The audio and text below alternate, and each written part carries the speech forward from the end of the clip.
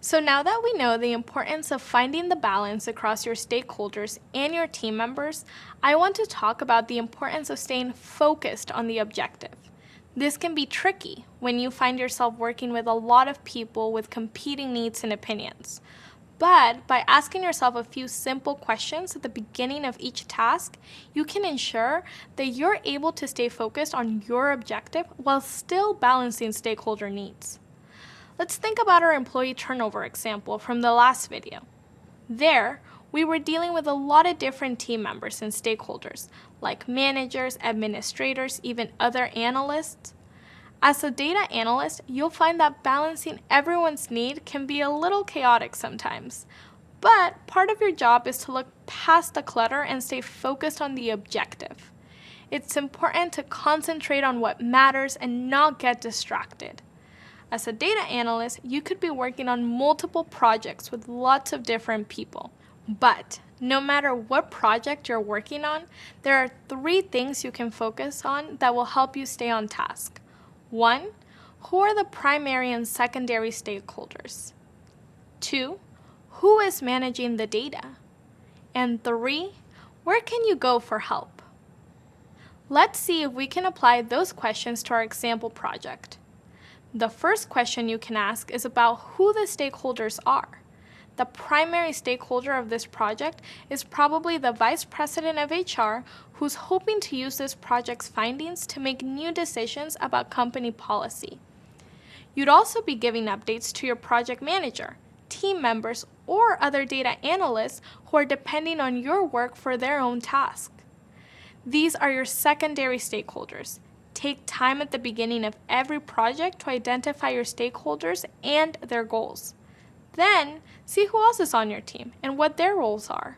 Next, you'll want to ask who's managing the data. For example, think about working with other analysts on this project. You're all data analysts, but you may manage different data within your project.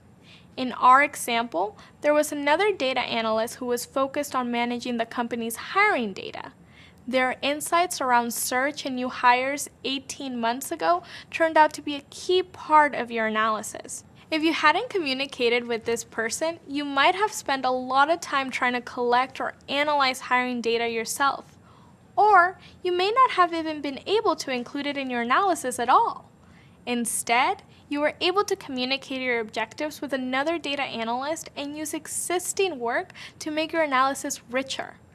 By understanding who's managing the data, you can spend your time more productively.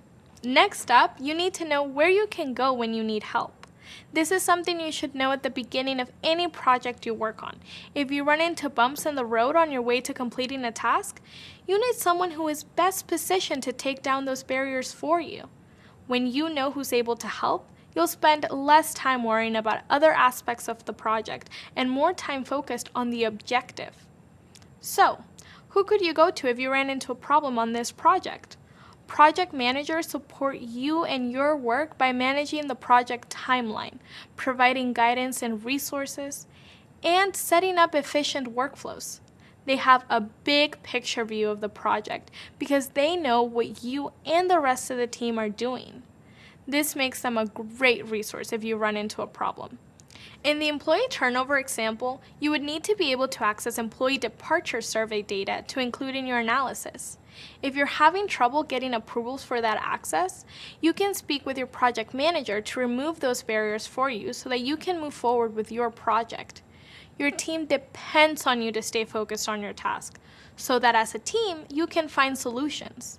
By asking yourself 3 easy questions at the beginning of new projects, you'll be able to address stakeholder needs, feel confident about who is managing the data, and get help when you need it, so that you can keep your eyes on the prize, the project objective.